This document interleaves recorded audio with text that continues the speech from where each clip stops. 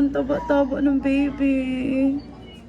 So, yan nga guys. Busy ako niyan guys bago man magsimula yung year. Kasi nga, nanganak na ang aking kapatid. Ayan.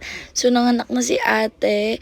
And ang pagka-pogi-pogi naman talaga ng aking pamangkin, di ba? O, ayan. O, ang dami niyang papaiyakin na chicks. Ayan. Char lang. Syempre, ang bait-bait niyan.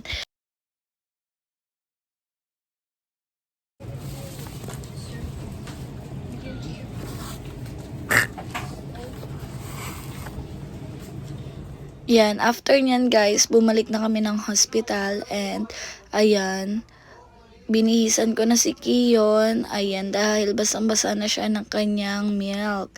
And ayan, gustong-gusto niyang pinapabihisan siya dahil basa na nga siya, kaya umiiyak pala siya dahil gusto niya na mapalitan na siya ng damit. Ayan, 'di ba? For the ayos-ayos si tita.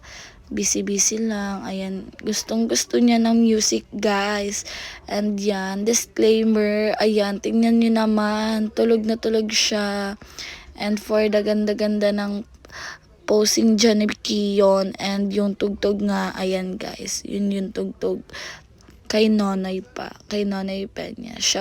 So yan, naayusan na namin si Kiyon and for the sleep na siya and for the toka kami magbantay-bantay. Ayan, 'di ba?